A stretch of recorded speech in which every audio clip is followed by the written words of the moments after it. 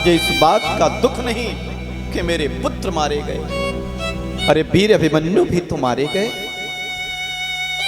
अरे युद्ध होता है तो क्षत्रिय तो युद्ध में लड़ते लड़ते मर ही जाता है या जीत जाता है, दो ही काम होता है। मुझे इस बात का दुख बिल्कुल नहीं है कि मेरे पुत्र मारे गए, क्योंकि एक न एक दिन तो व्यक्ति को मरना ही है, यही सच्चाई है। लेकिन दुख तो मुझे इस बात का है कि इसने मेरे सोते हुए बच्चों को मारा। अगर एक बार मेरे बच्चे जागते होते और भगवान गोविंद का एक बार भी नाम लिए ले लिए होते तो उनका उद्धार हो जाता, उनका मोक्ष हो जाता। हे अर्जुन, मैं ये बात आपसे इसलिए कह रही हूं कि छोड़ दो, क्योंकि ये तुम्हारे गुरु द्रोणाचार्य के पुत्र हैं और मुझे तो ऐसा लग रहा है कि तुम्हारे गुरु ही सामने खड़े हैं। और मैं ये नहीं चाहती कि जो पुत्र के शोक में एक माता को जो कष्ट होता है वो कष्ट गुरु माता को हो, ये कष्ट मैं नहीं देना चाहती। इसीलिए मैं चाहती हूँ कि आप अश्वत्थामा को मत मारिए, छोड़ दीजिए। धर्मराज युधिष्ठिर ने कहा द्रौपदी बिल्कुल सही कह रही है, अर्जुन अश्वत्थामा को छोड़ दो। भीमसेन खड़े थे, अर्जुन ने कहा भैया भीम आप बताइए।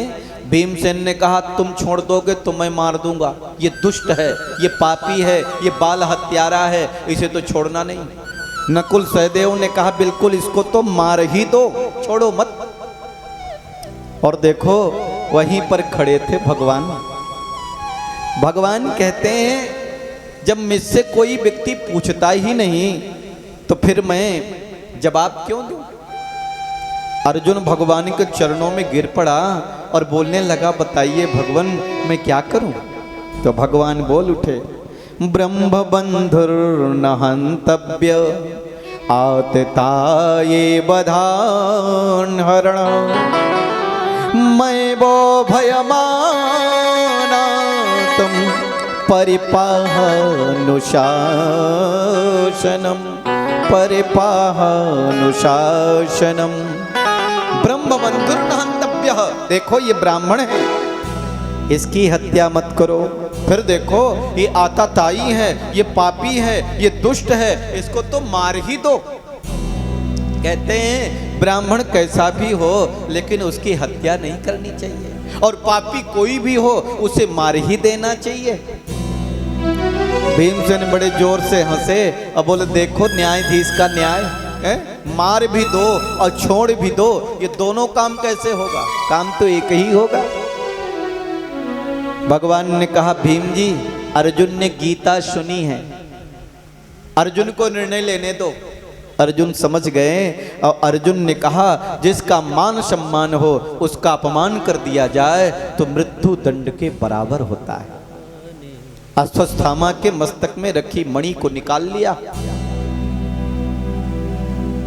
आधे बाल मोड़ दिए और डांट करके अपमानित करके अश्वत्थामा को उसको निकाल दिया, बाहर भगा दिया। अश्वत्थामा जाने लगा, उसने कहा इन पांडवों की इतनी जुर्रत, मेरा अपमान किया, मेरी मणि निकाल ली। यद्यपि कहते हैं ना, कहना तो उसे ये चाहिए कि देखो मैंने काम तो मारने वाला किया था लेकिन पांडवों ने मुझे छोड़ दिया। लेकिन कहते ना ऊंच निवास नीच करतूती, निवास तो ऊंचा है लेकिन करनी जिसकी निम्न है, नीच है, उसे क्या कहेंगे। बाहर गया, उसने कहा मैं पांडवों का वंश नहीं चलने दूंगा। फिर बड़े जोर से हंसने लगा, ओहो पांडवों के वंश में बचा ही कौन, द्रौपदी के 5 पुत्र थे तो मैंने मार दिया, अब कौन बचा। अचानक ध्यान आया कि जब अभिमन्यु मारा गया उस समय उसकी पत्नी उत्तरा सती नहीं हुई थी, क्योंकि उसके पेट में बालक था, वो गर्भिणी थी। ओहो, तो उसके गर्भ में बालक पल रहा है। सो देखो अश्वत्थामा ने एक कुसा लिया, अब अभिमंत्रित करके उस उत्तरा के गर्भ में उस बालक पर ब्रह्मास्त्र का प्रयोग कर दिया और 4 बाण इधर पांडवों के लिए 5 बाण चला दिया। अब देखो माता उत्तरा का गर्भ जो है जल रहा है। इधर भगवान श्री कृष्ण हस्तिनापुर से द्वारिका जाने के लिए तैयार हुए। भगवान का एक पैर जमीन पर है और एक पैर भगवान का रथ पर है। और जैसे दूसरा पैर उठाने ही वाले थे कि दौड़ी दौड़ी उत्तरा आई और भगवान श्री कृष्ण के चरणों में गिर पड़ी। पाहि पाहि महायोगिन देव देव जगतपते नानं तद भयं पश्ये यत्र मित्रुः परस्परं नान्यं तद भयं पश्ये यत्र मित्रुः परस्परं। पाहि माम, हे महायोगिन, हे देवाधिदेव, हे जगदीश्वर, आप महायोगी हैं, आप हमारी रक्षा कीजिए, रक्षा कीजिए। हम आपकी शरण में। कुछ शब्द ऐसे हैं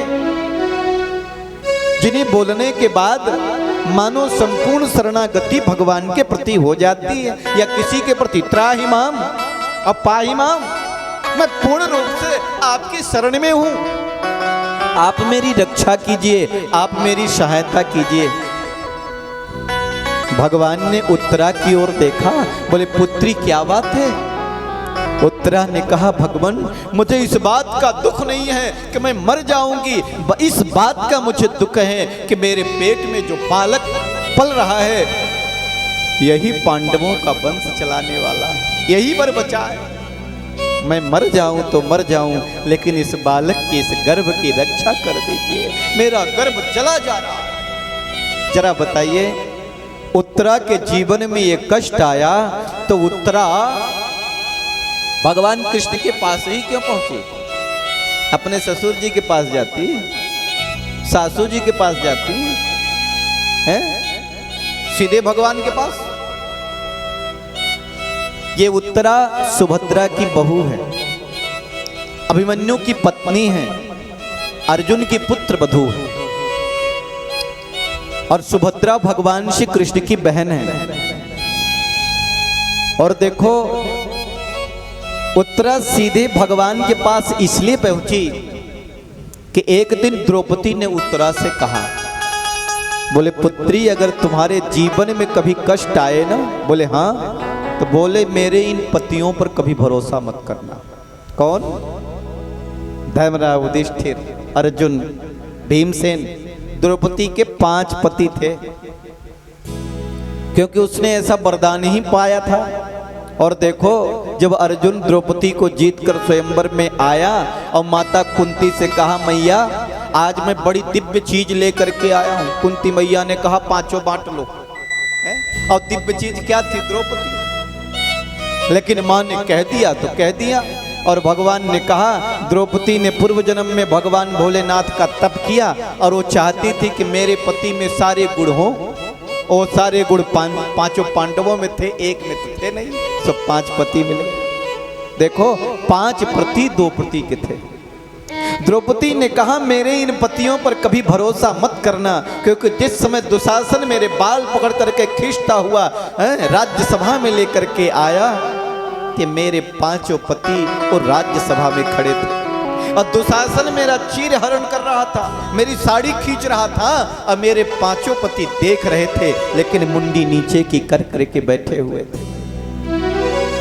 नारी है कि साड़ी है, कि साड़ी बीच नारी है, कि नारी की ही साड़ी है।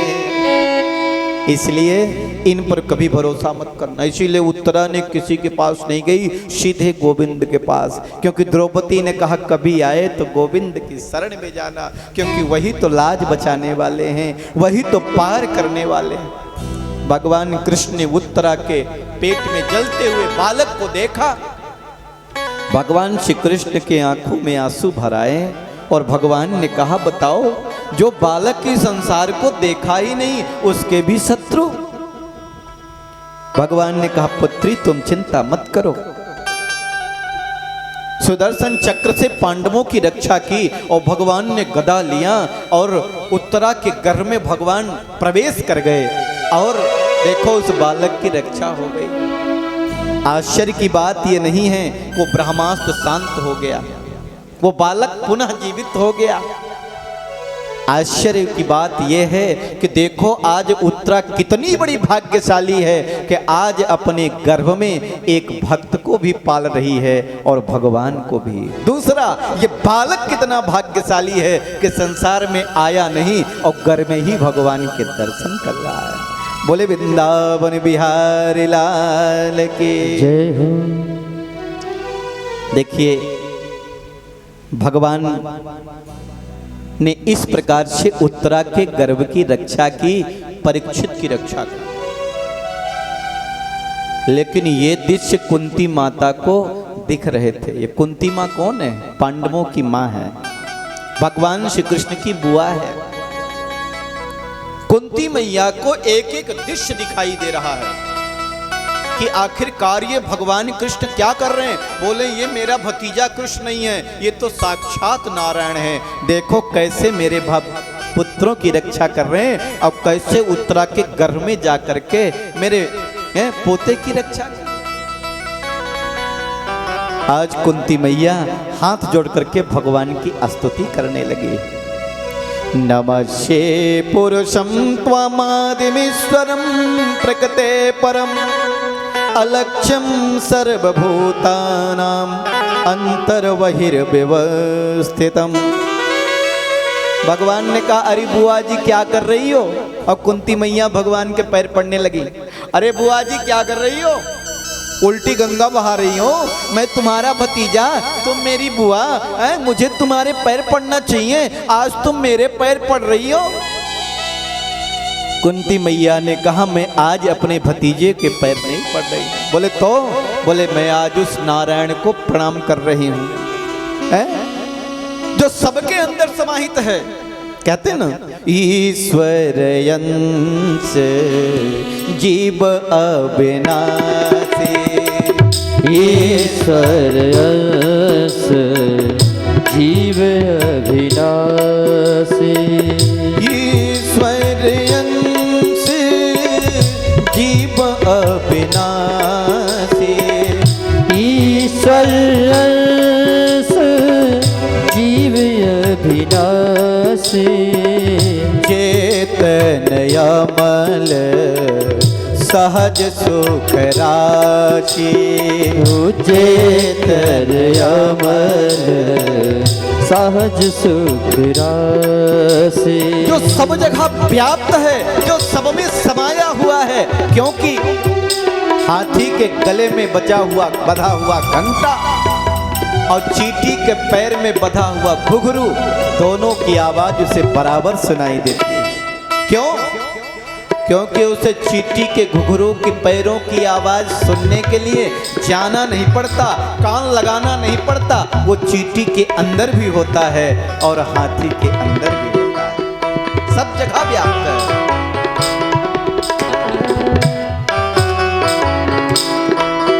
जो आदि परमेश्वर है, जो प्रकृति से परे है, जो बाहर भी व्यवस्थित है और अंदर भी अवस्थित है, जिसके बारे में क्या कहना। मैं आज उस नारायण को, उस परमात्मा को प्रणाम करती हूँ, नमन करती हूँ, वंदना करती हूँ। कुंती मैया ने 26 श्लोक में भगवान की स्तुति की। भगवान ने कहा मैया बुआ अगर तू मुझे भगवान मानती है, कहती है, तो फिर मैं भगवान हूँ। और अगर मैं भगवान हूं तो भगवान से लोग क्या करते हैं? मांगने आते हैं भगवान के पास। है मंदिर में देखना, एक नारियल फोड़ देंगे, कहेंगे कितनी बातें भगवान के पास रखाएंगे, ऐसे कर दो, ऐसे कर दो। कोई संत कहते थे भगवान लौटती हुई आवाज है। आप कहेंगे हे भगवान आपके चरणों में मैं नारियल फोड़ रहा हूं, मेरे बेटे की शादी करवा देना। भगवान भी कहेंगे हम भी तुम्हारे चरणों में नारियल फोड़ रहे हैं, आप भी मेरे बेटी की और मेरे बेटे की शादी करा देना।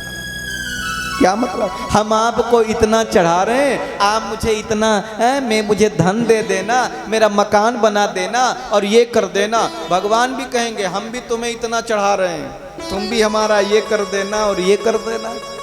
लौटती हुई आवाज है।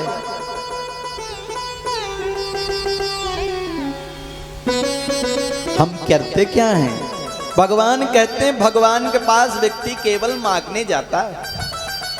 अच्छा, कभी मंदिर में जाकर के हनुमान जी से पूछा, हनुमान जी आपको मच्छर काटते क्या? आपको गर्मी लगती क्या? ठंडी लगती है? बोले बाबा लगती है क्या ठंडी गर्मी? हाँ, हर हर महादेव। जल चढ़ाते जा रहे हैं, बेल पत्ती चढ़ाते जा रहे हैं। बैजनाथ धाम गए हो कि नहीं? बहुत सब लोग गए होंगे करीब करीब, पास में जाते हैं ऐसे चढ़ते, वहां पे देखना भोले बाबा के पास लगेगा भोले बाबा की खोपड़ी जो है तो खींच लेंगे, ऐसे निकाल लेंगे वहां से। क्या कहोगे? दर्शन तो छोड़ो, इतना ऐसे टूटते हैं, ऐसे ऐसे करके ऐसे पकड़ के। हाँ, और देखो मैं आगे बोलने वाला नहीं हूँ, मैं नहीं कहता कि भगवान के दर्शन न करने जाओ, लेकिन आप श्रद्धा से प्रेम से ऐसे लग रहा है जैसे नोच ही लेंगे भगवान को। भगवान को श्रद्धा से प्रणाम करो, दूर से भी प्रणाम करो तो भी देख लेगा भगवान। ऐसा नहीं कि भगवान की शिवलिंग को छू लोगे, पिंडी छू लोगे तभी लाभ मिलेगा, दूर से भी छू कर सकते हैं प्रणाम आप। श्रद्धा होनी चाहिए, वो आपकी भाव होना चाहिए, तो फिर भगवान मिल ही जाएगा। भाव का भूखा हो मैं बस, भाव ही एक सार है। भाव का भूखा हो मैं, भाव ही एक सार है। भाव से मुझको भजो तो भव से बेड़ा पार है। भव से बेड़ा पार है। भाव का भूखा हो मैं बस, भाव ही एक सार है। भाव का भूखा हो बस, भाव ही एक सार है। भाव से मुझको भजो तो भव से बेड़ा पार है। भाव से मुझको भजो तो भव से बेड़ा पार है। भाव का भूखा हो मैं। मीठी मीठी ताली बजाते रहें। भगवान को भाव से ही पाया जा सकता है, प्रेम से ही पाया जा सकता है।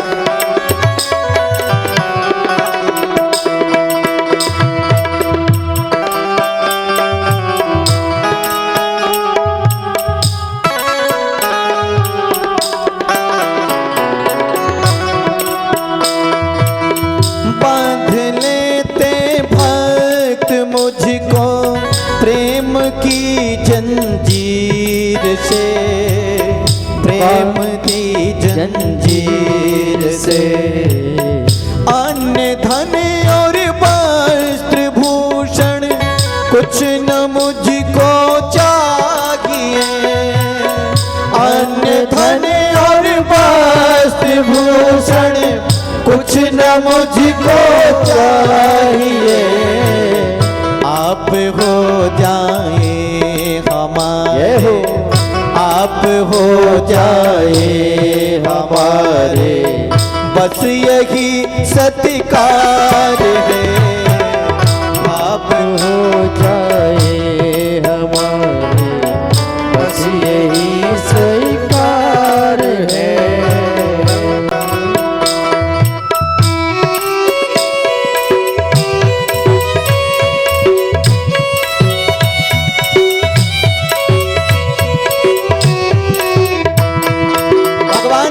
बिना भाव के कुछ भी दो मैं उसे लेता नहीं। और चतुरता से कोई देता है तो भी भगवान नहीं लेता। चतुरता क्या है? लंबी लाइन लगी है, बीच से कट गए, वहां किया, फिर वहां है। देखो जी, जाओ दर्शन कर निकल गए। मैं नहीं कहता मत जाओ, लेकिन कपट नहीं, छल नहीं। भगवान के अर्चन में भी छल, बंधन में भी छल। पूजा करने जा रहे वहां भी छल, वहां भी चतुरता। ऐसे अच्छा मत जाओ, दूर से ही प्रणाम कर लो, उतना ही है। भाव बिन कुछ भी वो देवे मैं कभी लेता नहीं, भाव बिन कुछ भी देवे मैं उन्हें लेता नहीं। भाव से एक फूल भी दे, भाव से एक फूल भी दे तो हमें स्वीकार है। भाव से एक फूल दे वही स्वीकार है। भाव का पुकार है, भाव ही एक साथ है। दोनों हाथ उठा के ताली बजाएं। भाव ही एक सार है। भाव से मुझको भजो तो भव से बेड़ा पार है। भाव से मुझको भजो तो भव से बेड़ा पार है। भव से बेड़ा पार है, भव से बेड़ा पार है, भव से बेड़ा पार। बोले बाके बिहारी लाल की जय हो। भगवान कहते हैं अगर बुआ तो मुझे भगवान मानती है तो मैं भगवान हूं, और अगर मैं भगवान हूं तो भगवान के पास लोग मांगने जाते हैं, तू भी मांग ले, क्या चाहिए? और तुम ही क्या, सभी लोग मांग लो। धर्मराज युधिष्ठिर ने कहा मुझे तो भगवान के चरणों की भक्ति ही चाहिए। हे गोविंद, आपके चरण की भक्ति मुझे मिल जाए, मैं इसी में संतुष्ट हूं। देखो भगवान के जो भगत होते हैं ना, वो ज्यादा इधर उधर की चीज तो मांगते नहीं। भगवान की भक्ति, भगवान का प्रेम, भगवान का स्नेह, यही तो चाहते हैं। सबने यही कुछ मांगा। द्रौपदी की बारी आई, द्रौपदी ने कहा आप तो मेरे सखी हैं, ये भाव न जाए, मैं आपको कभी भूलूं नहीं गोविंद। बारी आई सुभद्रा की, भगवान श्री कृष्ण की बहन है। लोगों ने सोचा न जाने क्या मांग लेगी, नई नवेली बहू है, न जाने क्या सोचेगी। भगवान कहते हैं मेरी बहन है, अगर ब्रह्मा का भी पद मांगेगी तो मैं इसे प्रदान कर दूंगा। भगवान को ब्रह्मा का भी पद देने में टाइम नहीं लगेगा, चुटकी बजाते। कहते हैं भगवान के एक एक रोम में एक एक ब्रह्मांड लटकते हैं। तो जरा सोचो, ब्रह्मा का पद देना भगवान के लिए कौन सी बड़ी बात। बोलिए सियावर रामचंद्र की जय। सुभद्रा ने कहा हे गोविंद, मैं आपके चरण की भक्ति ही मांगती हूं। भगवान ने कहा तू बाबरी हो गई है। जब लोगों को ठीक से दिखाई नहीं देता है, कानों में सुनाई नहीं देता, ठीक से बोला नहीं जाता, तब कहते क्या अब हमें भगवान की भक्ति करनी चाहिए, तब भक्ति करता है। अरे तू और कुछ मांग ले। बड़ी सुंदर बात कही सुभद्रा ने। कृष्ण त्वदीय पंकज पंजरांते अद्दैव में विसतु मानस राजहंस प्राण प्रयाण समये कफवात पित्ते कंठावरोधन विधो स्मरणम कुतस्ते। कहते हैं गोविंद, जब अंतिम समय आता है ना, कफ पित्त बात ये तीनों घेर लेते हैं, इसीलिए कहते हैं कंठ घुर घुराए। हे गोविंद, क्या पता जब मेरा अंतिम समय आवे और मेरे आवाज से आपका नाम निकल सके, इसलिए मैं अभी से आपके चरण की भक्ति ही चाहती हूँ। भगवान कृष्ण का सीना फूल गया, अर्जुन की ओर देखे और बोले देखो मेरी बहन है, क्या मांगा है। बारी आई कुंती मैया की और कुंती मैया ने कहा मैं भी मांग लूं। भगवान गोविंद ने कहा बुआ तूने इतना कष्ट सहा है, तू मांगने की देरी करेगी, मैं देने की देरी नहीं करूंगा। जरा 2 मिनट कुंती के चिंतन पर विचार करिए, कुंती के बारे में चिंतन करिए। महाराज सूरसेन की पुत्री, बचपन का नाम था पृथा। कुंती भोज ने गोद ले लिया, नाम हो गया कुंती। और देखो जब शादी हुई तो शादी हो गई महाराज पांडु से। महाराज पांडु को श्राप था, किसी नारी को काम वासना से स्पर्श करोगे तो वो तुम्हारी मृत्यु हो जाएगी। और देखो पति का सुख मिला नहीं। महाराज पांडु की एक पत्नी थी माद्री, जंगल में विहार करने गए और देखो माद्री को देख करके आकर्षित हो गए और जा करके माद्री को स्पर्श किया और पांडु महाराज की मृत्यु हो गई। भरी जवानी में पति मर गया, जरा बताओ उस नारी का क्या होगा। वो तो भला हो दुर्वासा ऋषि का जो मंत्र दिया था जिससे किसी भी देवता को बुला सकते थे, उस मंत्र के प्रभाव से 3 पुत्र कुंती के हुए और 2 पुत्र माद्री के हुए। धर्मराज युधिष्ठिर, भीमसेन और अर्जुन ये कुंती के पुत्र हुए और 2 पुत्र माद्री के हुए, नकुल और सहदेव। लेकिन इनके जो 5 पुत्र हैं कुंती मैया के, दुर्योधन जो 100 भाई है, धृतराष्ट्र के 100 पुत्र हैं, पांडवों को मारने के लिए 24 घंटा तत्पर है। कभी विष दिया जाता है, कभी लाग का महल बना करके जला देना चाहते हैं, कभी भरी सभा में पुत्र वधू की चीर हरण किया जाता है। क्या से क्या होने लगता है।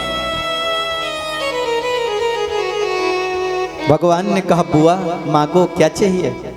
कुंती मैया ने कह दिया विपदः सन्तु न शाश्वत तत्र तत्र जगत गुरु। हे भगवान मुझे विपत्ति दे दीजिए। अच्छा जरा बताओ कोई विपत्ति मांगता क्या, कोई दुख मांगता क्या। कुंती मैया कह रही भगवान अगर देना ही चाहते तो मुझे दुख दे दीजिए, और एक दुख खत्म हो जाए कि दूसरा दुख मेरे जीवन में आ जाए, और दूसरा खत्म हो तो तीसरा आ जाए। भगवान कृष्ण ने कहा बुआ इतना दुख सहन करने के बाद अभी तेरा पेट नहीं भरा क्या, क्या मांग रही है। कुंती मैया ने कह दिया भगवान जब जब मेरे जीवन में दुख आया तब तब आप मेरे सामने खड़े रहे।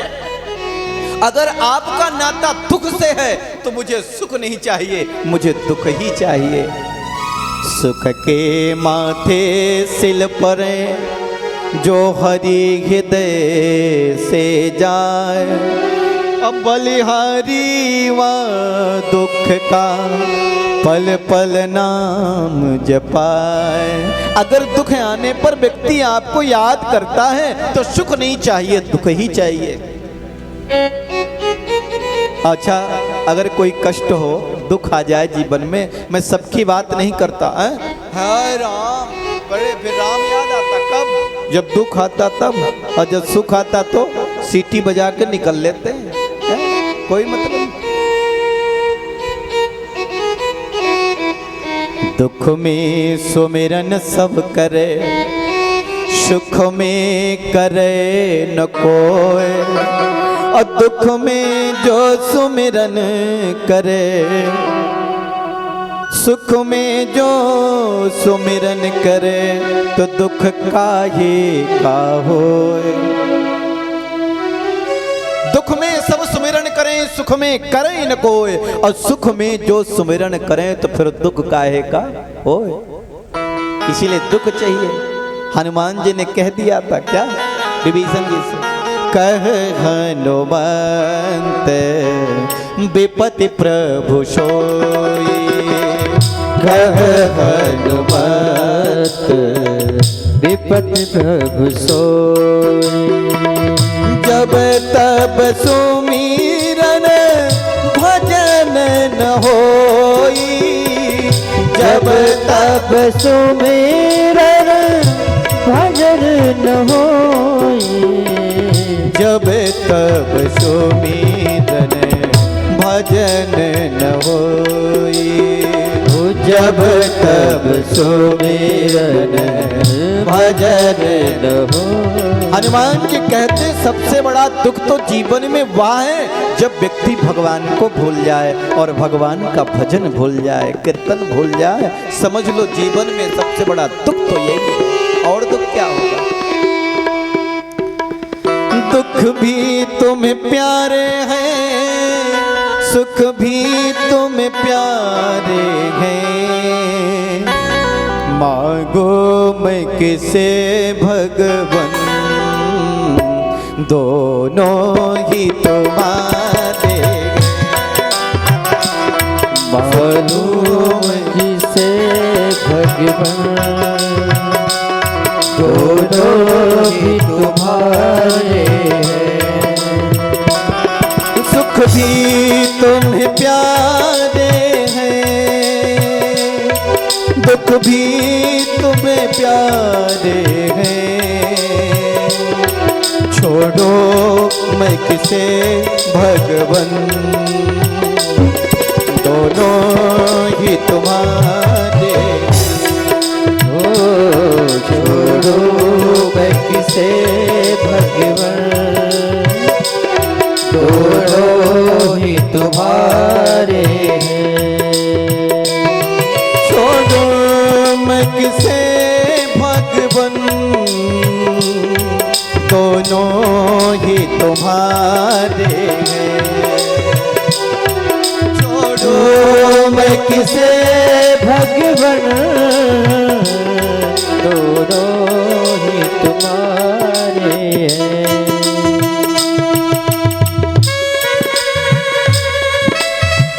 हे भगवन, सुख भी तुम्हारे हैं, दुख भी तुम्हें प्यारे हैं। मैं किसे छोड़ूं और किसे अपनाऊं, दोनों तो तुम्हारे हैं।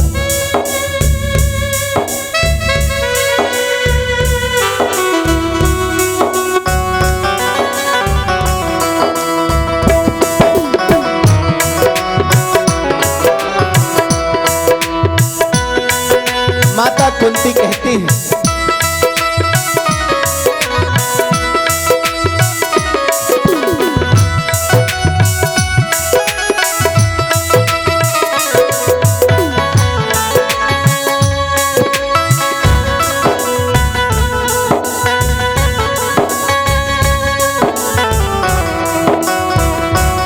सुख दुख ही तो जीवन की गाड़ी को चलाते हैं। सुख दुख ही तो जीवन की गाड़ी को चलाते हैं। जो भव पथ पर भटकते, सुख दुख ही मिलाते हैं।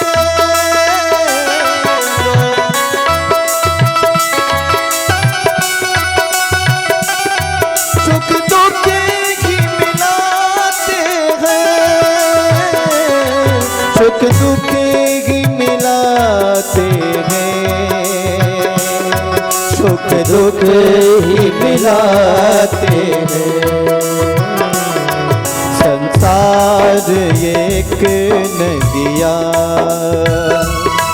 संसार एक नदिया। सुख दुख ही किनारे हैं।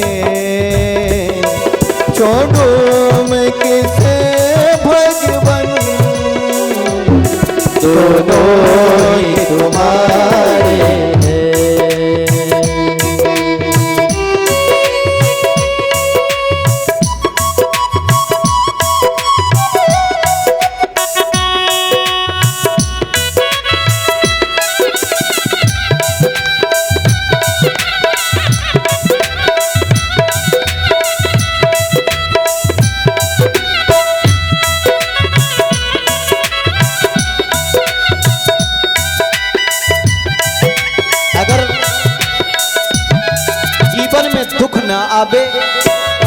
तो सुख के बारे में हम कैसे जानेंगे?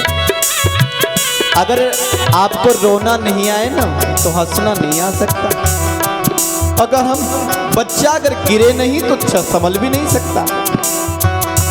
रात्रि न हो तो दिन का क्या महत्व, दुख न हो तो सुख का क्या महत्व। दुख है तो सुख है, रात्रि है तो दिन है, दोनों का महत्व है। इसलिए दोनों ही तो प्रिय हैं। कुंती मैया कहती है, हे भगवान आप जो चाहो वो दे दो। तुम चाहो तो ये दे दो, तुम चाहो तो वो दे दो। ओ तुम चाहो तो ये दे दो, तुम चाहो तो वो दे दो। मैं तेरी रजा में रहूं, चाहे कुछ भी दे दो। मैं तेरी रजा में रहूं, कुछ भी दे दो। मैंने तो तेरे आगे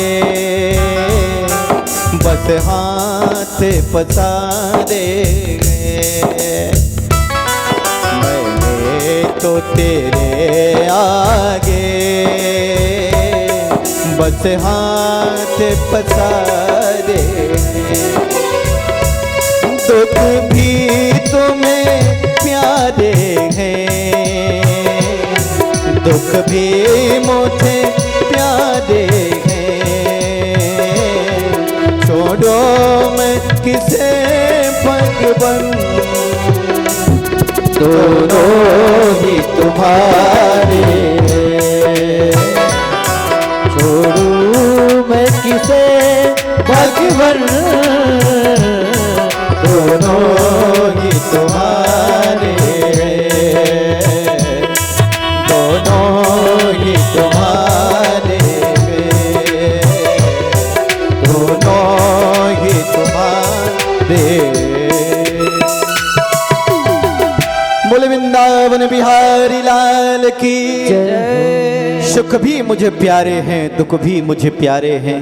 छोड़ू मैं किसे भगवन, दोनों ही मुझे प्यारे हैं। किसे छोड़ दूं और किसे अपना लूं। भगवान के पास तो दुख है नहीं, भगवान तो कृपा के सिंधु हैं, आनंद के सागर हैं। जो आनंद सिंधु सुख राशि, सीकर ते त्रैलोक सुपासी। भला वो दुख कहां से देंगे? भगवान ने कहा, बुआ ये क्या मांगती हो, और कुछ मांगो हैं, ये तो मैं दे नहीं सकता। तो कुंती मैया ने कहा, मेरे अंदर जो मोह की डोर लगी है ना, इसे काट दो। भगवान ने कहा, वो तो पहले से कट गई। और देखो माता कुंती को दिव्य मुक्ति प्रदान की। बोले वृंदावन बिहारी लाल की जय हो। इधर शाम हो गई, आज भगवान गए नहीं, रात्रि में रुक गए हस्तिनापुर। रात्रि के 12 बजे देखा कि धर्मराज युधिष्ठिर के महल में लैंप जल रहा है। भगवान ने कहा, रात्रि को 12 बजे धर्मराज युधिष्ठिर के महल में लैंप है, जाग रहे क्या? भगवान गए और देखा तो धर्मराज युधिष्ठिर के आंखों से आंसू बह रहे हैं और रो रहे हैं। भगवान ने कहा, अरे भैया जी क्यों रो रहे हैं? बुआ के बेटा है। भगवान श्री कृष्ण धर्मराज युधिष्ठिर को पिता का सम्मान देते हैं क्योंकि बड़े भैया हैं।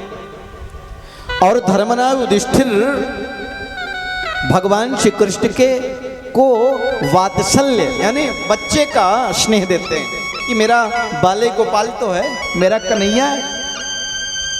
भगवान गए और बोले, अरे दादा, अरे भैया जी क्यों रो रहे हैं? अरे महाराज आप क्यों रो रहे हैं? हस्तिनापुर के राजा हो गए। धर्मराज युधिष्ठिर ने कहा, मैं कितना पापी राजा हूं, मैं कितना दुष्ट हूं।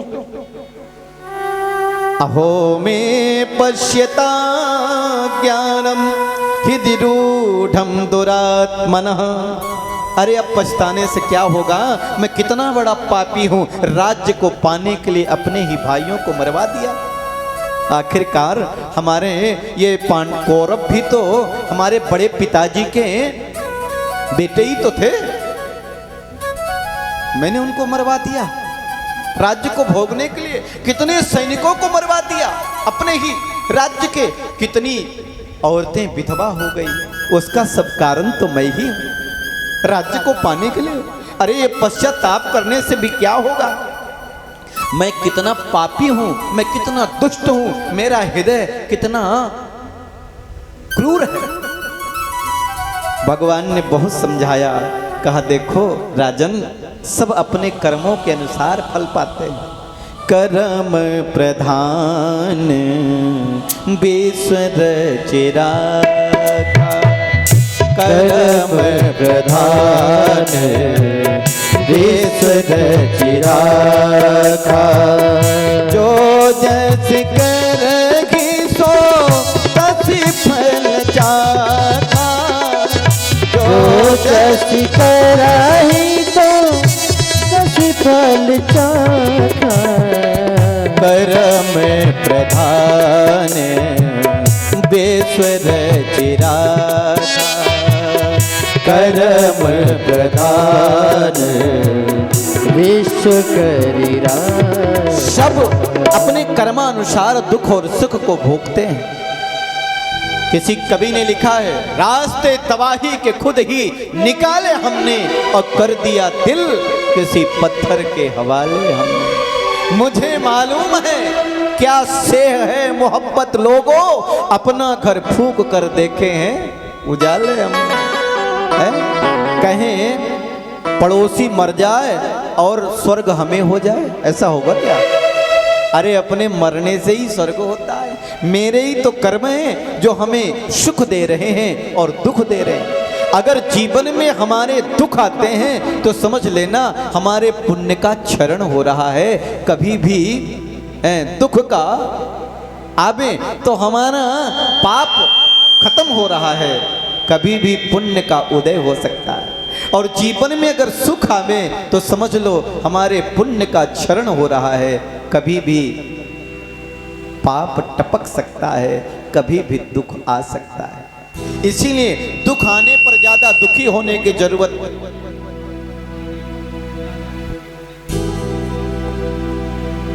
दुख आने पर ज्यादा दुखी न हो, सुख आने पर ज्यादा सुखी होने की आवश्यकता नहीं है। व्यक्ति को नॉर्मल रहने की आवश्यकता है। भगवान ने बहुत समझाया और देखिए भगवान के समझाने पर भी धर्मराव युधिष्ठिर नहीं समझे। रात भर सुनाया, समझ में बात नहीं आई। भगवान ने सोचा समझाऊंगा मैं ही, लेकिन बुलवाऊंगा किसी और से। क्यों? क्योंकि भगवान जब समझाते ना तो भगवान कहते अरे ओ धर्मराव युधिष्ठिर कहते मेरा बाल गोपाल तो है, मेरा कन्हैया तो है, ये मुझे क्या समझा रहा है। जैसे आपके घर में छोटा बच्चा अगर कोई आपको कोई अच्छी बात बताए हैं तो बात दिमाग में भेजे में घुसती नहीं। अरे मेरे ही लाला ही क्या समझा रहा है, तो मुझे ही पढ़ा रहा है, मुझसे पैदा हुआ मुझी को पढ़ाने लग गया, मुझी को बताने लग गया है। और देखो बात गंभीरता से लोग लेते नहीं है, लेकिन वही बात कोई वरिष्ठ व्यक्ति, कोई बड़ा व्यक्ति है, बुजुर्ग व्यक्ति, विद्वान व्यक्ति कहे तो लोगों पर सीधे घुस जाते हैं। 52 दिनों से बाणों की सैया पर लेटे हुए हैं भीष्म पितामह। भगवान ने सोचा भीष्म पितामह से ही उपदेश करवाऊंगा। बोले वृंदावन बिहारी लाल की। हम समझ रहे हैं आप लोग बहुत देर से बैठे हैं और भगवान की कथा तो चल ही रही है, और जितने ज़्यादा लोग भगवान की कथा सुन लें उतनी भगवान की कृपा, और आप सब पर विशेष कृपा। भगवान की कथा सुनने के लिए अगर दर्द भी आपके जीवन में होता है तो समझ लेना आपके पाप ही कट रहे हैं, पुण्य की वृद्धि हो रही है। इसलिए हम भगवान के लिए कष्ट भी अगर उठा लेना तो समझना ये भी भगवान की कृपा है। अगर भगवान का धन आपका धन अगर भगवान के लिए लग जाता है तो ये भी समझना कि भगवान की हम पर कृपा थोड़ी सी हो गई, क्योंकि हमारा धन अब प्रभु के काम में आ पा रहा है, लग पा रहा है। तो ये अपने आप को समझिए। 52 दिनों से बाणों की सैया पर भीष्म पितामह लेटे हुए हैं।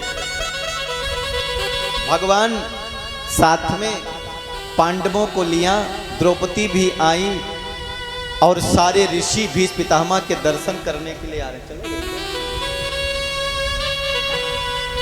पर्वतो नारदो धौम्यो भगवान बादरायण बृहद्दशवो भरद्वाज सशिष्यो रेणुकासुतः।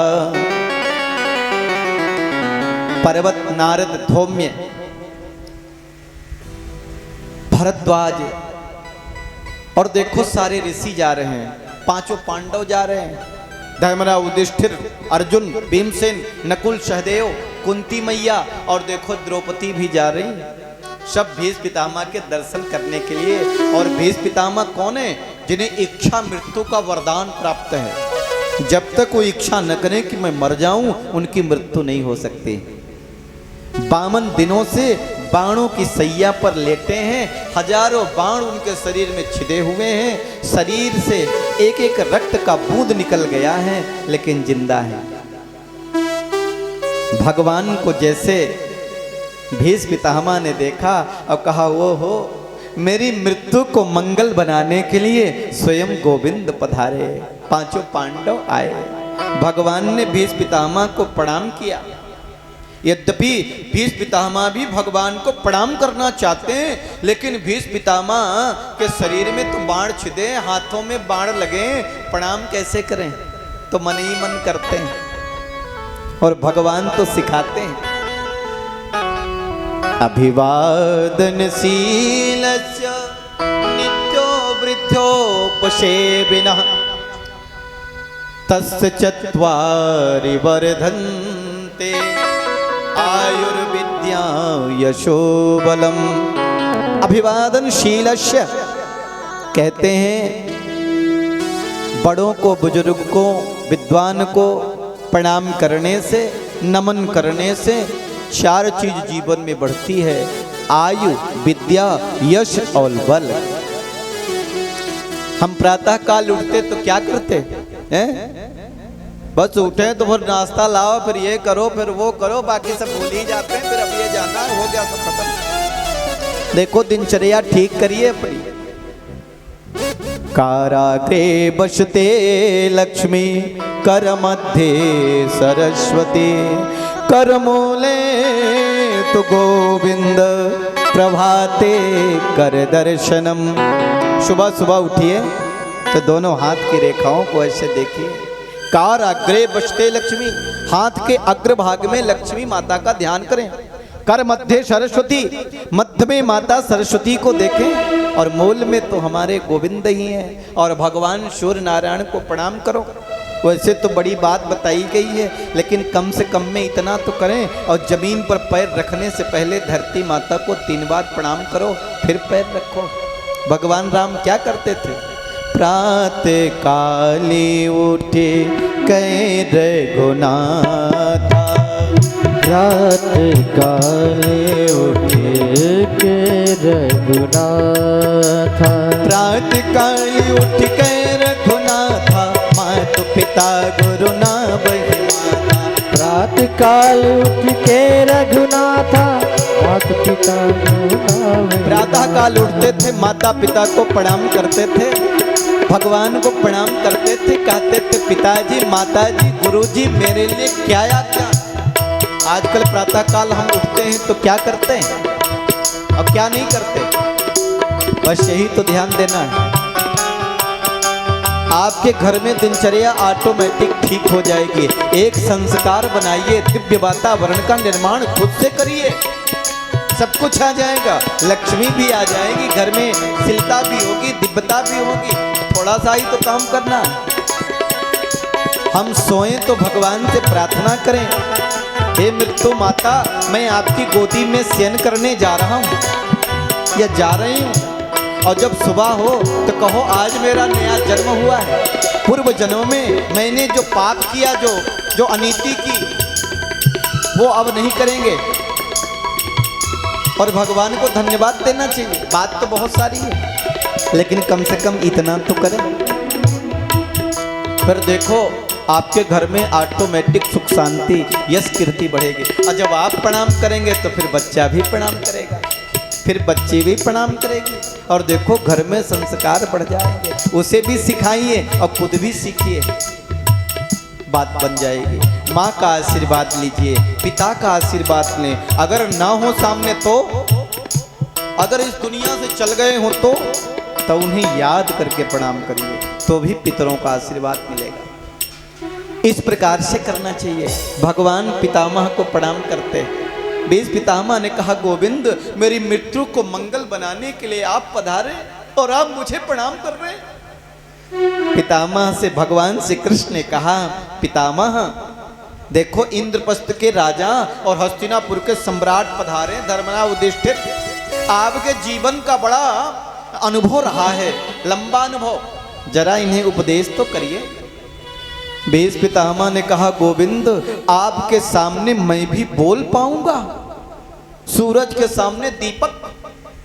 और इतना कह ही रहे थे कि स्वयं भगवान ही पितामह के अंदर समाहित हो गए। जो उपदेश किया इसे श्रीमद्भागवत महापुराण में भीष्म गीता कहते हैं। दान धर्माण राज धर्माण मोक्ष धर्माण विभाग सह स्त्री धर्माण भागवत धर्माण समासभ्यास योग्यतः। दान धर्म बताया। दान का धर्म क्या है? धन की 3 दशाएं होती हैं। दानम भोगो नास्त्यतयो गतयो भवन्ति वित्तस्य योन ददाति भुन्तस्ते तस्य तितयः गतिर्भवतो। पहला दान करो, दूसरा उपयोग करो। ऐसा भी नहीं करते तो उस धन की तीसरी गति होती है, अर्थात नष्ट हो जाना, बेकार हो जाना, बर्बाद हो जाना। गौरवम प्राप्ते तो दानाशय, दान देने से गौरव की प्राप्ति होती है, ना कि संग्रह करने से। समुद्र जल का संग्रह करता है तो उसका जल खारा होता है, कोई पीता नहीं है। बादल दान करते हैं तो सदैव ऊपर होते हैं और समुद्र सदैव नीचे होता है। देने वाला ऊपर से देता, लेने वाला हाथ ऐसे फैलाता है। भामाशाह और बड़े बड़े हैं जो भामाशाह हुए दान देने वाले, जब दान देते हैं तो देखो कभी अहंकार नहीं करते, कभी अपना सीना ऐसे ऊपर नहीं करते, ऐसे मुंडी झुका के ऐसे दान देते और ऐसे हाथ जोड़ते। एक ने कहा, आप इतने बड़े सम्राट होकर के दान दे रहे हैं, इतनी वस्तुएं, आपकी मुंडी झुकी हुई, आप हाथ जोड़ रहे हैं, क्यों? उन्होंने कहा, इन लोगों को कहीं भ्रम न हो जाए कि मैं दे रहा हूं। क्यों? क्योंकि देनहार कोई और है, भेजत निस दिन रैन, लोग भरम हम पर करें, ताते नीचे नैन। देनहार कोई और है, देने वाला कोई और है, परमात्मा वो दे रहा है, रोज भेजता है सुबह शाम। लोग ये भ्रम न कर जाएं, भ्रम न हो जाए कि ये मैं दे रहा हूं, इसलिए मैं अपनी मुंडी नीचे रखता हूं, क्योंकि देने वाला वो है, मुझे तो केवल माध्यम बनाया है। इसलिए चिंता मत करो, वो आपको माध्यम बनाया है, इसलिए आगे बढ़ो, दान करो, दूसरा उपयोग करो। भगवान ने आपको धन दिया है, अब न आप ठीक से खाते हैं, न ठीक से पहनते हैं, न ठीक से व्यवस्था ही बनाते हैं, न दूसरों को देते ही हैं, न खाते पीते हैं, उपयोग ही करते हैं, तो फिर आपके धन का क्या लाभ है? बेकार है ऐसा धन। और ऐसे धन को धिक्कार है और कहो उस धन की तीसरी गति हो जाएगी, आप दुनिया से चल गए, धन तो पड़ा का पड़ा ही रह जाएगा, बेकार हो जाएगा, बर्बाद हो जाएगा। इसलिए उपयोग करिए। हैं करोड़पति और बने हुए हैं रोडपति, ठीक से खाते भी नहीं, ठीक से पहनते भी नहीं हैं, अच्छे से रहिए, शानदार तरीके से जिए और व्यवस्थित जिए, ये करना चाहिए। दान धर्म, राज धर्म, राजा का धर्म बताया, मोक्ष धर्म बताया, मरना भला विदेश का, जहां न अपना कोई, जहां अपना कोई नहीं वहां मर जाए मोक्ष हो जाएगा। आज समय कम है इसलिए मैं इसका विस्तार नहीं करूंगा। स्त्री धर्म बताया, नारी का धर्म, भागवत धर्म, भक्त का धर्म, सबको किसी को विस्तार किया, किसी को संक्षेप में बताया। और देखते देखते भगवान की ओर देखने लगे। अब बोले गोविंद अब मुझे आपसे पर्सनल बात करनी है। भीष्म पितामह ने कहा इति मति रूप कल्पिता वितीष्णा भगवती स्वास्वत पुंग में विभूमि। मेरी एक पुत्री है, अब मैं उसका विवाह आपके साथ कर देना चाहता हूं। अर्जुन खड़े थे, बोले पितामह, और बड़े मुंह लगे थे भीष्म पितामह को, पितामह आपने शादी तो की नहीं, ये पुत्री कहां से आ गई? भीष्म पितामह ने कहा अर्जुन मैंने कहा था ना मेरी पर्सनल बात है, बीच में मत बोलना। ये तो गोविंद जानते हैं, ये पुत्री है मेरी बुद्धि। जब अब ये निष्पाप हो चुकी है, निर्मल हो चुकी है, ये शुद्ध हो चुकी है, अब मैं इसका विवाह गोविंद के साथ ही कर देना चाहता हूं। अपनी बुद्धि का, अपनी मति का जो गोविंद को वर्ण कर लेगी तो निश्चित रूप से कल्याण हो जाएगा और कमाल हो जाएगा। और देखते देखते कहा गोविंद मुझे वो दृश्य याद आता है। बहुत जल्दी आज की कथा समापन की ओर होगी। बोले बाके बिहारी लाल की श्यावर रामचंद्र की जय हो। मुझे वो दृश्य याद आता है जब कौरवों और पांडवों का युद्ध होने वाला था। दुर्योधन और अर्जुन भगवान से मदद मांगने गए। भगवान ने कहा एक और मेरी सेना रहेगी जो अस्त्र भी उठाएगी, शस्त्र भी उठाएगी, और एक और मैं निहत्था रहूंगा, अकेला रथ चला दूंगा, उपाय बताऊंगा, शस्त्र नहीं उठाऊंगा।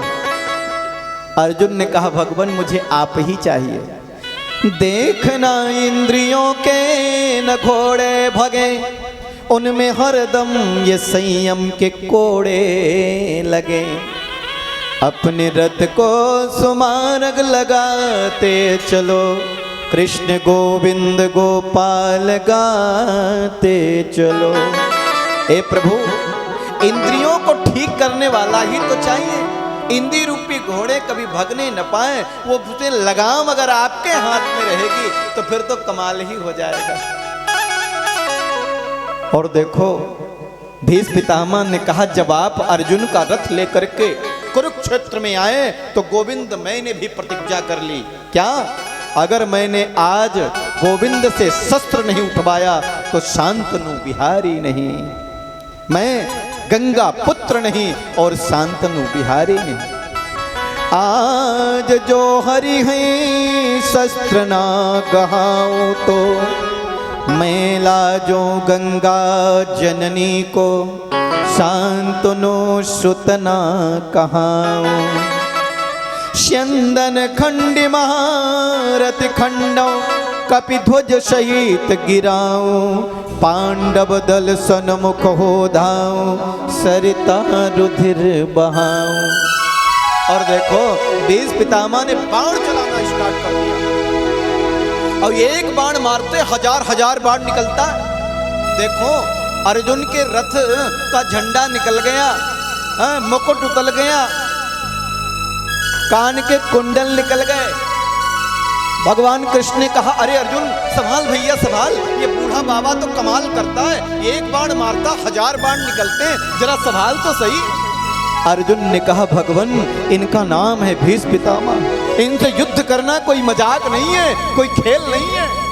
और एक बाण तो भगवान के चरणों में भी पहुंचा दिया। और देखो अर्जुन का रथ टूट गया, एक बाण मारा कि अर्जुन का रथ ही टूट गया। भगवान ने अर्जुन के रथ का टूटा हुआ पहिया लेकर के और उठा करके पितामह को मारने के लिए दौड़ पड़े। भीष्म पितामह ने कहा जैसे ही भगवान दौड़े ना वैसे भीष्म पितामह ने धनुष बाण फेंक दिया और दोनों हाथ जोड़ लिए और बोले गोविंद मार दो। मैं यही तो चाहता था कि आप मेरे लिए शस्त्र उठाएं और आपने मेरे लिए शस्त्र उठा लिया। बस यही तो चाहिए था। अब मार दो। मैंने धनुष बाण फेंक दिया। इधर धरती कांपने लग गई। भगवान के कंधे पर रखा हुआ पटका जमीन पर गिरा और मानो वो धरती माता से कह रहा हो, अरे देवी, तुम्हें डरने की जरूरत नहीं है, तुम्हें कांपने की जरूरत नहीं है, तुम्हें कहीं जाने की जरूरत नहीं है। भगवान ने तो भक्त की प्रतिज्ञा को रखने के लिए अपनी प्रतिज्ञा तोड़ी है। नहीं तो कहते भगवान जब प्रतिज्ञा तोड़ देता है तो प्रलय हो जाता है। मानो धरती माता को सांत्वना दे रहा हो। स्वनिगम पहाय मत प्रतीज्ञा मतिम मधिकर तुम लुत्यतो रथस्य दितरथ चरणोय भया चलत गो हर रे वहंतो मेभम गतो त्वरीय। स्वनिगम पहाय मत प्रतिज्ञा। हे भगवान, आपने मेरे लिए अपनी प्रतिज्ञा तोड़ दी। गोविंद, मुझ में क्या था ऐसा जो आपने मेरे लिए प्रतिज्ञा तोड़ दी। अर्जुन आया, भगवान के चरणों में पड़ गया। बोले भगवान, आप शस्त्र मत उठाइए। मैं अब पितामह को पितामह नहीं देखूंगा, मैं शत्रु देखूंगा और बाण चलाऊंगा। भगवान ने रथ का पहिया फेंक दिया। भीष्म पितामह ने कहा, हे गोविंद, आपने मेरे लिए प्रतिज्ञा तोड़ दी, क्यों? भगवान मुस्कुराए और बोले, पितामह, आप जैसा महापुरुष तो हजारन हजार वर्ष जीना चाहिए। पितामह ने कहा, अब मैं जीना नहीं चाहता।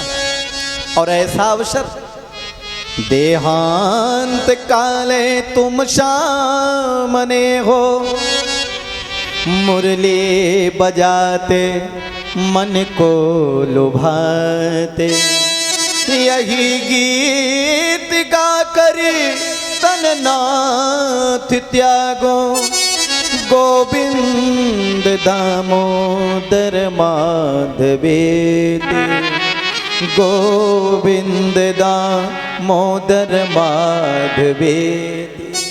अंतिम समय हो और भगवान सामने खड़ा हो, ऋषि खड़े हो, और जरा बताओ इस समय को कोई चूकेगा क्या? इतना तो करना स्वामी, इतना तो करना स्वामी, जब प्राण तन से निकले। इतना तो करना स्वामी, जब प्राण तन से निकले। गोविंद नाम लेकर फिर प्राण तन से निकले। गोविंद नाम लेकर जब प्राण तन से निकले। गोविंद नाम लेकर फिर प्राण तन से निकले। गोविंद नाम लेकर फिर प्राण तन से। मीठी मीठी ताली सभी लोग बजाइए।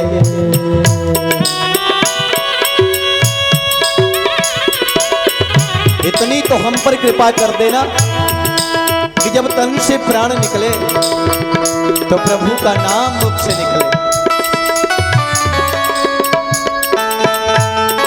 प्राण निकले तो वातावरण क्या हो, समय कैसा हो। आजकल तो हॉस्पिटल में वेंटिलेटर पर पाइप लगे लगे प्राण निकल जाते हैं, या जैसे निकाला निकल गया।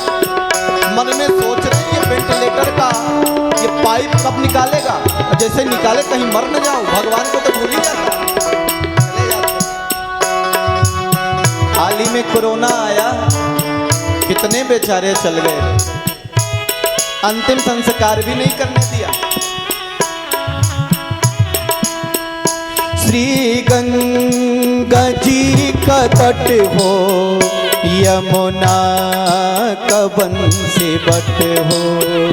श्री गंगा जी का तट हो, या यमुना का बंसी बट क्या हो, गंगा जी का तट, गंगा नाम लेने से ही व्यक्ति पवित्र हो जाता है। कहते माँ गंगा का नाम लेके मरे उसका तो मोक्ष ही हो जाता है, और गंगा जल आ जाए फिर कहना क्या। श्री गंगा जी का तट हो, यमुना का बंसी बट हो। श्री गंगा जी का तट हो, यमुना का बंसी बट हो। मेरा सावरा निकट हो, मेरा सावरा निकट हो, जब प्राण तन से निकले। मेरा सावरा निकट हो, जब प्राण तन से निकले। श्री गंगा जी का तट हो, यमुना का बंसी बट हो। यमुना जी हो या बंसी बट हो, मेरा सावरा मेरा कन्हैया मेरे निकट हो तो प्राण निकले। श्री वृंदावन का स्थल हो, मेरे मुख में तुलसी दल हो। श्री वृंदावन का स्थल हो, मुख में तुलसी दल हो। विष्णु चरण का जल हो, जब प्राण तन से निकले। विष्णु चरण का जल हो, जब प्राण तन से निकले। इतना तो करना स्वामी, फिर प्राण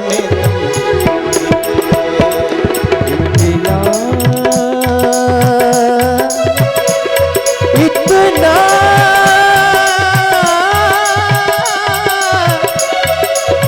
इतना तो करना स्वामी, जब प्राण तन से निकले। गोविंद नाम लेकर फिर प्राण तन से निकले।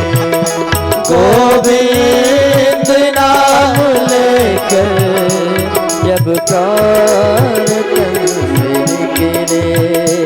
मेरे मन मुख प्रभु खड़ा हो, बंसी में स्वर भरा हो। मेरे सन्मुख प्रभु खड़ा हो, बंसी का स्वर भरा हो।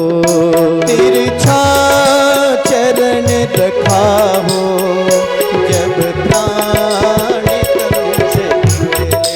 ओ तिरछा चरण धरा हो, जब प्राण तन से निकले।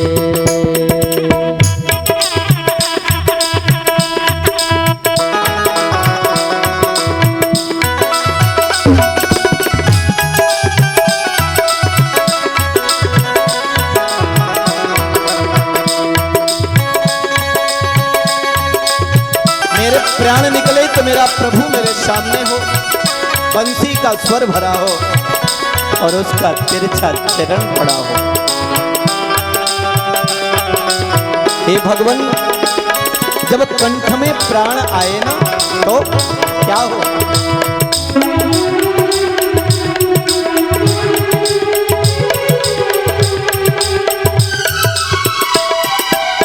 जब कंठ प्राण आवे, जब कंठ प्राण आवे, कोई रोग ना सतावे। जब कंठ प्राण आवे, कोई रोग ना सतावे। जब कंठ प्राण आवे, कोई रोग ना सतावे। यम दरस ना दिखावे, जब प्राण तन से निकले। आवे जब प्राण तन से निकले।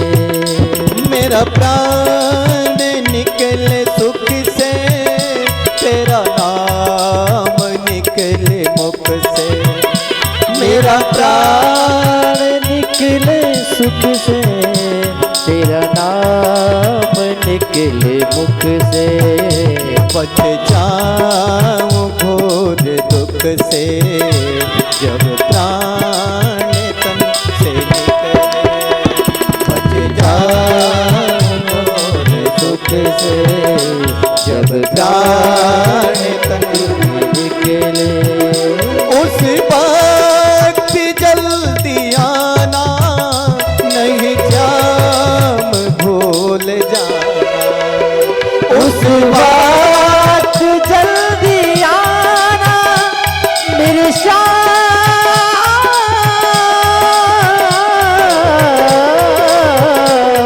नहीं भूल जाना। उस वक्त जल्दी आना, नहीं जाम भूल जाना। उस वक्त जल्दी आना मेरे श्याम जाना। बंसी की धुन सुनाना, जब प्राण तन से निकले। बंसी की धुन सुनाना, जब प्राण तन से निकले। इतना तो करना स्वामी, जब प्राण तन से निकले। इतना तो करना स्वामी, जब प्राण तन से निकले। इतना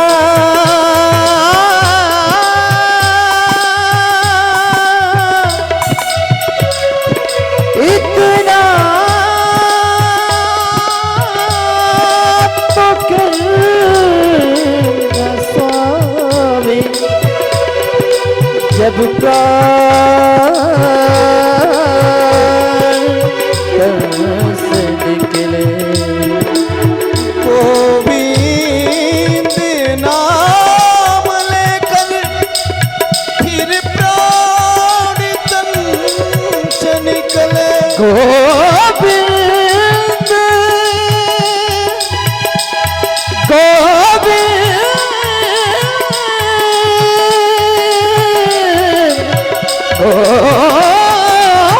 गोविंद नाम लेकर जब प्राण तन से निकले।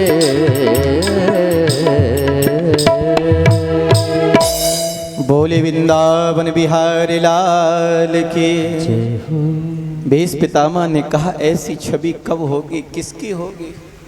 और देखो सूर्य उत्तरायण हो गए, देवता भी प्रकट हैं आकाश में, मानो स्वागत करने के लिए पितामह का। और देखते देखते भीष्म पितामह ने अपने शरीर का त्याग कर दिया। स्वर्ग से पुष्प की वृष्टि हो गई, पांडव बहुत रोए। भगवान ने कहा क्यों रोते हो, ऐसे महापुरुष इस धरती पर बार बार नहीं आते। दिव्य संस्कार किए, अंतिम संस्कार किया और देखो भगवान द्वारिका चल गए।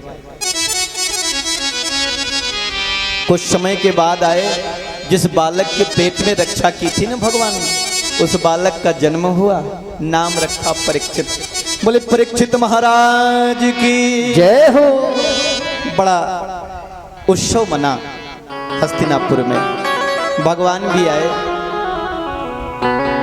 और देखो भगवान अर्जुन को लेकर के पुनः द्वारिका चल गए। अब की बार अर्जुन को लेके गए। अर्जुन रथ चला रहे हैं, भगवान रथ पर बैठे। अब देखो अर्जुन में कुछ गुण बड़े दिव्य हैं, इसलिए अर्जुन भगवान के मित्र हैं, अर्जुन भगवान के भक्त हैं। और अर्जुन गांडीवधारी हैं, सर्वश्रेष्ठ धनुर्योद्धा हैं। यद्यपि उस समय सबसे बड़े धनुर्धारी थे भगवान श्री कृष्ण, दूसरे नंबर पर थे भीष्म पितामह, अर्जुन का नंबर तो 8वां आता है। लेकिन एक गुण अर्जुन में बड़ा विशेष था। वो क्या? वो गुण था उनके ध्यान का। जब द्रोणाचार्य जी ने कहा अपने बच्चों की, छात्रों की परीक्षा ले रहे थे ना, तो एक चिड़िया का पुतला पेड़ पर लटका दिया और कहा चिड़िया के पुतले की आंख का निशाना लगाओ धनुष बाण से। जब निशाना लगा लिया तो बोले बताओ तुम्हें क्या दिख रहा? तो किसी ने कहा गुरुजी ये पेड़ दिख रहा है, आप दिख रहे हैं, वो चिड़िया दिख रही है। बोले निशाना मत लगाओ। अर्जुन की बारी आई, बोले तुम चिड़िया के आंख का निशाना लगा के बताओ। बाण चढ़ाया धनुष पर। तब द्रोणाचार्य बोले अर्जुन बताओ तुम्हें क्या दिख रहा है? अर्जुन ने कहा गुरुदेव मुझे तो केवल आंख दिख रही, बाकी कुछ नहीं दिख रहा, चिड़िया भी नहीं दिख रही। बोले बाण छोड़ दो। बड़ी एकाग्रता थी अर्जुन के अंदर। अब अर्जुन रथ चला के आए, थक गए थे। अब भगवान के अर्जुन जीजा जी भी लगते हैं। सुभद्रा भगवान की बहन है, अर्जुन की पत्नी है, और सखा भी है, और भगवान के भक्त भी है। कई नातेदारी है अर्जुन की। अब देखो भगवान द्वारिका में 56 प्रकार का भोग बना, 56 प्रकार। अब भोग बन करके तैयार हो गया, सामने थाली लग के आई। माता रुक्मणी ने कहा भगवान भोग लगाइए, नहीं ठंडा हो जाएगा। भगवान ने कहा अपन अतिथि के बगैर नहीं पाते हैं, अतिथि आए हुए हैं अतिथि कक्ष में, और अर्जुन तो सो गए। और देखो अर्जुन जब सो रहे थे तो अर्जुन के रोम रोम से भगवान श्री कृष्ण का कीर्तन चलता था। श्री कृष्ण हरे कृष्णा कृष्णा कृष्णा हरे हरे, हरे रामा रामा रामा हरे हरे। ओम नमो भगवते वासुदेवाय, ओम नमो भगवते वासुदेवाय। रुक्मणी मैया ने कहा भगवान अभी मैं जाती हूँ और अर्जुन को बुला के लाती हूँ। दौड़ी दौड़ी रुक्मणी मैया गई और जा करके देखा कि अर्जुन के रोम रोम से कीर्तन निकल रहा भगवान का। सो रुक्मणी मैया ने कहा है इनके अंदर तो कीर्तन निकल रहा है, और ताली बजा के रुक्मणी मैया भी कीर्तन गाने लगी। इतने में आई सत्यभामा, और सत्यभामा ने देखो इतने में आ गए नारद जी। नारद जी भगवान के मन हैं, बीड़ा बजाते हुए आए। नारद जी ने कहा भगवान भोग लगाइए पाइए। भगवान ने कहा अतिथि के बगैर अपन नहीं पाते। अच्छा अभी बुला के लाता प्रभु। दौड़े दौड़े नारद जी गए, अर्जुन को जगा के ले चलूं। और जैसे गए तो अर्जुन तो सो रहे, रोम रोम से कीर्तन निकल रहा, और इधर जो है रुक्मैया ताली बजा के कीर्तन कर रही है, साक्षात लक्ष्मी है। नारद जी ने कहा है देखो तो सही ये कीर्तन कौन से स्वर में निकल रहा है। सो नारद जी बीड़ा बजाने लगे। नारद जी बीड़ा बजाने लग गए, रुक्मणी मैया ताली बजाने लग गई। इतने में आ गई सत्यभामा। सत्यभामा ने कहा भगवान भोग लगाइए पाइए। भगवान ने कहा अपन अतिथि के बगैर नहीं पाते। उन्होंने कहा अभी बुला के लाती प्रभु। दौड़ी दौड़ी गई तो क्या देखा नारद जी बीणा बजा रहे हैं, रुक्मणी मैया ताली बजा के कीर्तन कर रही। सत्यभामा ने कहा कितना सुंदर कीर्तन चल रहा है, और भगवान की प्रिया है सत्यभामा, साक्षात धरती है। और देखो वो नृत्य करने लग गई। भगवान कहते जाता हर कोई, लौट के कोई नहीं आता। मैं जाके देखूं तो सही हो क्या रहा है वहां। भगवान ने जा करके देखा कि अर्जुन के रोम रोम से तो कीर्तन निकल रहा है। ओम नमो भगवती वासुदेवाय हैं। रुक्मणी मैया ताली बजा के गा रही, नारद जी बीणा बजा रहे, सत्यभामा नाच रही हैं। भगवान गए और अर्जुन के पैर दबाने लग गए, और पैर दबाते दबाते भगवान के आंखों से आंसू निकल पड़े कि देखो अर्जुन मेरा कितना बड़ा भक्त है। और आंसू निकले और अर्जुन के पैरों में पड़ गए। अर्जुन की नींद खुली, उन्होंने भगवान आप मेरे पैर दबा रहे हैं प्रभु। अर्जुन भगवान के चरणों में गिर गए। भगवान ने कहा अर्जुन इसीलिए तो मुझे बहुत प्रिय है और तू मेरा भक्त भी है। भगवान का अंतिम समय आया। और देखो कथा आगे विस्तार से मैं आपको कहूंगा। अंत में कहते हैं ये जो यदुवंशी हैं, क्योंकि यदुवंश को श्राप मिल गया कि यदुवंशी तुम्हारा सर्वनाश हो जाएगा। यदुवंशी मदिरा का पान करके आपस में लड़ करके मर गए। बलराम जी शेष बन करके जल मार्ग से शेष क्षीर सागर पहुंच गए और भगवान अर्धमूर्छित अवस्था में द्वारिका से प्रवास क्षेत्र गए, जिनको सोमनाथ कहते हैं। आप लोग गए होंगे वहां, जो सोमनाथ ज्योतिर्लिंग है। मैं गया था वहां और भगवान की कथा भी सुंदर हुई, अवसर प्राप्त हुआ। समुद्र के तट पर वही सुंदर स्थान है, भालुका बोलते उसको। भाला से भगवान के चरणों में बेलिया ने मारा था, इसीलिए उस स्थान का नाम हो गया। भगवान एक पीपल के वृक्ष में अर्धमूर्छित अवस्था में ऐसे लेट गए, पैर ऐसे सीधे खोल लिया। भगवान का पैर चमक रहा था। उस बहेलिया ने सोचा कोई जानवर की आंखें हैं जो चमक रही हैं, सो अपना भाला छोड़ दिया और देखो भगवान के चरणों में जाके लग गया। रक्त बहने लगा, दौड़ा दौड़ा आया तो देखा भगवान अर्जुन चल गए थे जल लेने के लिए। भगवान आप, मैंने आपको मार दिया। भगवान ने कहा चिंता मत करो, मुझे सब याद है तुम कौन हो। पिछली बार मैंने पिछले जन्म में तुमको छिप करके मारा था, इसलिए अब की बार तूने मार दिया। अब जाओ, तुम्हें भी मैं अपने धाम को भेजता हूं। उसका भी उद्धार कर दिया। अर्जुन जी दौड़ के आए और कहा भगवान आपको किसने मारा, जल्दी बताइए।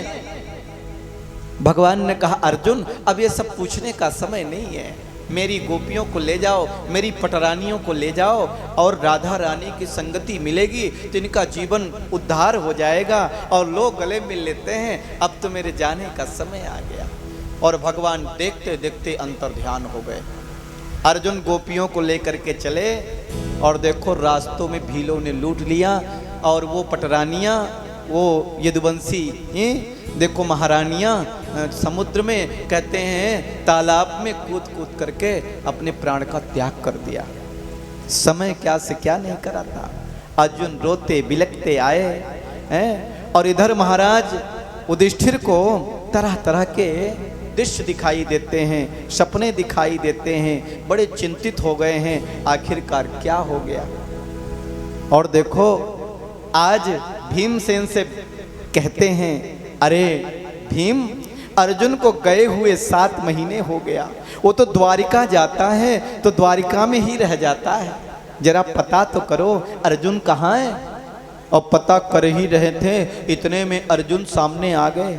बोले अर्जुन तुम आ गए, तुम ठीक तो हो, अच्छे हो ना भैया, बताओ क्या हाल चाल है। अर्जुन तो कुछ बोलते नहीं। धर्मराज युधिष्ठिर ने कहा अर्जुन गोविंद ठीक तो हैं, तुम ठीक तो हो, और हमारे मामा वसुदेव तो ठीक है ना, अक्रूर जी ठीक हैं, बलराम जी ठीक हैं। सबके बारे में पूछा। कहा अर्जुन कुछ बोलते नहीं, किसी अगम्या नारी के साथ तुमने गमन तो नहीं किया, किसी को वचन दे करके तुमने अपना वचन तो नहीं तोड़ा। कुछ नहीं बोलते अर्जुन। लेकिन जैसे भगवान श्री कृष्ण का नाम लिया अर्जुन खिलखिला के रो पड़े। अब बोले हे महाराज मेरे ममेरे भाई ने, आपके ममेरे भाई ने मुझे ठग लिया। वंचितो यहं महाराज हरिणा बंधरूपिणः येन मे प्रहितं तेजो देव विषमापनम महत। मेरे ममेरे भाई ने श्री कृष्ण ने मुझे ठग लिया। आज मुझे पता चला कि मेरे अंदर जो ताकत है, मेरे अंदर जो शक्ति है वो गोविंद की शक्ति थी। आज वही भील पटरानियों को लूट करके ले गए, वही अर्जुन वही बाण। कहते ना सब दिन होते न एक समाना, सब दिन होते न एक समाना, सब दिन होतना एक समाना। सब दिन होते न एक समाना, सब दिन होत न एक समान, सब दिन होत न एक समाना, सब दिन होत ना एक समान। एक दिन राजा हरिश्चंद्र जी सज के चढ़े विमाना जी, सज के चले विमाना। एक दिन राजा हरिश्चंद्र जी सज के चले विमाना, सज के चले विमाना।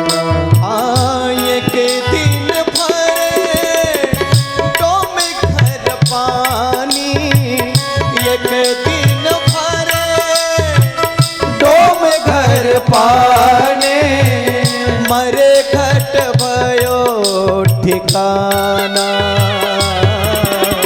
सब दिन होते न एक समाना, वो सब दिन होत ना एक समान। महाराज हरिश्चंद्र योद्धा के चक्रवर्ती महाराज, राजा, सम्राट, जिनके इशारों पर हजारों लोग, हजारों दास खड़े हो जाते थे। आज वो महाराज, क्या स्थिति है उनकी? मरघट में है, काशी में डोम के घर बिक गए हैं, उसकी टहल बजाते हैं। पत्नी आई, पुत्र मर गया, लेकिन कहा बिना कर लिए मैं जलाने नहीं दूंगा, जान ले मेरा बेटा। एक दिन जैसा कहा होता। एक दिन अर्जुन योद्ध भूमि में लागे इंद्र समाना जी, लागे इंद्र समाना। एक दिन अर्जुन युद्ध भूमि में लागे इंद्र समाना जी, लागे इंद्र समाना। एक दिन भीलन गोपिका लूटी, एक दिन भीलन गोपिका लूटी, वही धनुष वही बाना, सब दिन होते न एक समाना, सब दिन होते न एक समाना। वो सब दिन होते न एक समान। वही अर्जुन, वही धनुष और वही बाण, आज अर्जुन भी हार गए। कुंती मैया को पता चला कि गोविंद तो धराधाम को छोड़कर चल गए। माता कुंती ने प्राण का त्याग कर दिया उसी क्षण। जब मेरे गोविंद ही इस धराधाम पर नहीं है तो मैं जी करके क्या करूंगी?